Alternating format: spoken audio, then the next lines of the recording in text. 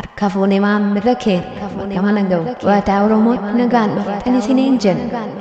Maarree isin badanichi dhaqabduma guyyaa dhalootaa akkasumas sagantaa adda addaa qabdu. Sagantaa adda addaa qabaattan nuti isaa uffata aadaa keenya Finfinnee naannoo Muukiyaatti argama. Gosa bilbilaa keenya waa 9 29 46 akkasumas waa 9 44 sagantaawwan adda addaa yoo qabaattan nu dubbisaa.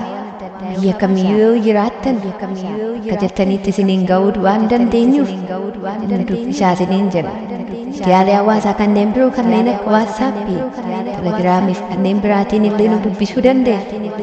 Hawwan uffataa mimmiidhaguu fi kanneen hundumaa ilaaluudhaaf viidiyoo kanaan gad muraatti daawwadha. Galatoomaa isiniin.